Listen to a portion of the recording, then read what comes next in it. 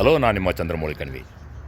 ಈ ಸರ್ತಿ IPLನಲ್ಲಿ Lucknow super joints 27 ಕೋಟಿ ನೀಡಿ ರಿಷಬ್ ಪಂತ್ ಅವರನ್ನು ತಮ್ಮ ತಂಡದ ಕ್ಯಾಪ್ಟನ್ ಮಾಡಿದ್ದಾರೆ. ಹಾಗೂ ಅವ್ರ ಮೇಲೆ ಭಾಳಷ್ಟು ನಿರೀಕ್ಷೆ ಇಟ್ಟಿದ್ದಾರೆ. ಯಾಕಾಗಬಾರ್ದು, ಅಷ್ಟು ದುಡ್ಡು ಕೊಟ್ಟಿದ್ದಾರೆ.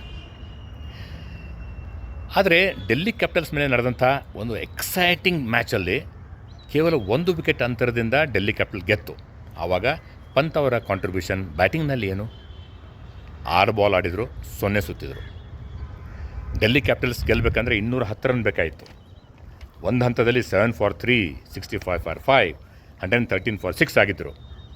ಆದರೆ ಅಶುತೋಷ್ ಶರ್ಮಾ ಅವರ ಕೌಂಟ್ರ್ ಅಟ್ಯಾಕ್ ಮೂಲಕ ಕೊನೆಯ ಓವರ್ನಲ್ಲಿ ಡೆಲ್ಲಿ ಗೆಲ್ಲಲು ಕೇವಲ 6 ರನ್ ಬೇಕಾಯಿತು. ಆದರೆ 9 ಡೌನ್ ಆಗಿತ್ತು. ಸ್ಟ್ರೈಕ್ನಲ್ಲಿದ್ದವರು ಅಶುತೋಷ್ ಶರ್ಮಾ ಅಲ್ಲ, ಮೋಹಿತ್ ಶರ್ಮಾ. 20ನೇ ಓವರ್ನ ಮೊದಲ ಬಾಲ್ನಲ್ಲೇ ಪಂತ್ ಅವರು ಮೋಹಿತ್ ಶರ್ಮಾ ಅವರ ಸ್ಟಂಪಿಂಗ್ ಬಿಟ್ಟರು. 3ನೇ ಬಾಲಲ್ಲಿ ಅಶುತೋಷ್ ಶರ್ಮಾ ಸಿಕ್ಸರ್ ಬಾರಿಸಿ ಡೆಲ್ಲಿಗೆ ಅನ್ಬಿಲಿಯಬಲ್ ವಿಕ್ಟ್ರಿ ತಂದುಕೊಟ್ರು. ಮ್ಯಾಚ್ ಮುಗಿದ ಮೇಲೆ ಲಕ್ನೋ ಸೂಪರ್ ಜಾಯಿಂಟ್ಸ್ ಓನರ್ ಆದಂಥ ಸಂಜೀವ್ ಗೋಯಂಕಾ ಅವರು ರಿಷಬ್ ಪಂತ್ ಅವರೊಂದಿಗೆ ಹೀಟೆಡ್ ಎಕ್ಸ್ಚೇಂಜ್ನಲ್ಲಿ ಇದ್ದದ್ದನ್ನು ನಾವೆಲ್ಲರೂ ನೋಡಿದ್ವಿ. ನೆನಪಿದೆ ನಿಮಗೆ?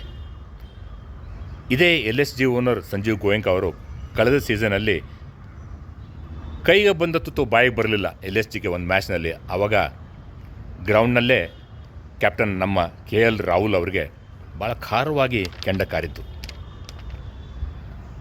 ಕೆಲವು IPL ಈಗೋಯಿಸ್ಟಿಕ್ ಓನರ್ಸ್ಗೆ ಸೋಲನ್ನು ಸಹಿಸಿಕೊಳ್ಳಲು ಆಗೋದಿಲ್ಲ. ಅವ್ರಿಗೆ ಯಾವಾಗಲೂ ಗೆಲ್ಲಲೇಬೇಕು, ಅದು ಸಾಧ್ಯವೇ? ಪ್ಲೇಯರ್ಸ್ಗೆ ಆವಾಗಲೇ ಬಹಳ ಬೇಜಾರಲ್ಲಿರ್ತಾರೆ. ಆವಾಗ ಈ ರೀತಿಯಾಗಿ ಅವರೊಂದಿಗೆ ಮಾತನಾಡಿದರೆ ಖಂಡಿತವಾಗಿ ಹಿಡಿಸೋದಿಲ್ಲ. After all it's a game ಅಲ್ವಾ?